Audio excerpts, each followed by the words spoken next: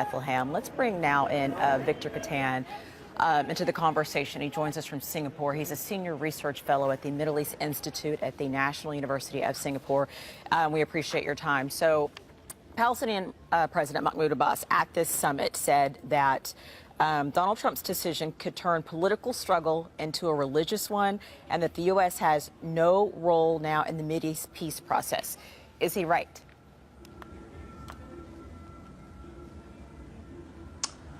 Up to a point. I mean, I think the U.S. is still the biggest actor in the peace process because of the leverage and close relations that it has with the State of Israel. And when the dust settles and when this summit is over, the U.S. is still going to be there. Its recognition of Jerusalem will still be there, and Israel will still be occupying East Jerusalem.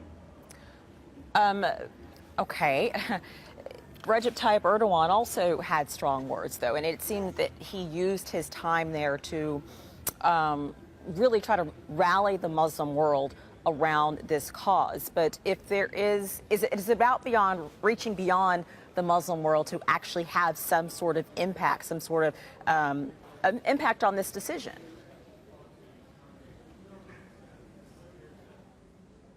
Yes, I mean, one thing they've called is on other states to recognize Palestine and recognize Jerusalem as a shared capital of a Palestinian state. I think this message is directed to the European states, many of whom have adopted a policy of non-recognition. They might want to reconsider that and recognize, Palestinian rights, a Palestinian state. With its capital in East Jerusalem, a state that would be, of course, living at peace with Israel. There are also other states. I think there's about 50 states that haven't yet recognized Palestine. So that's one measure that they've been calling for. But they haven't really, as yet, gone beyond that. I mean, Erdogan had mentioned a few days ago that he would consider, cutting ties with Israel. Whether he will actually follow through with that remains to be seen. There was a Turkish newspaper this morning which published some measures that Turkey could undertake, such as, if they were willing to do that, restrict flight rights through Turkish airspace.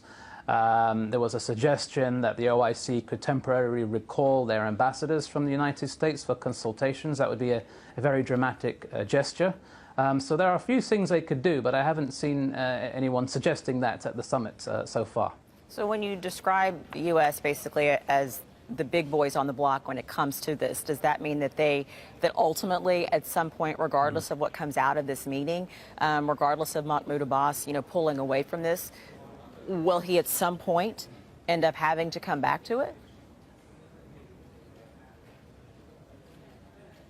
He may indeed. I mean, the Europeans could play a bigger role, and I think Abbas would like the Europeans to play a greater role. I mean, I do think that they could do more in regard to Jerusalem. There are consulate generals there in the city from several European states, such as France, Italy, Belgium, Spain, and the UK, for example. One could envisage those becoming embassies to a Palestinian state. There's also the US consulate general, and Trump hasn't said much about that. So there is a little bit of room if the Palestinians want to, at a later date, push back at the US position. But the only other major actor, I think, would be Europe.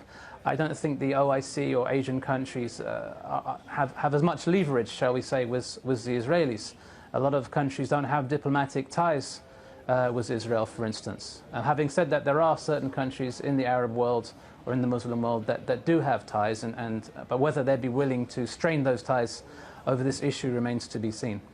Okay, Victor Kattan joining us from Singapore, senior research fellow at the Middle East Institute at the National University of Singapore. Victor, thank you very much.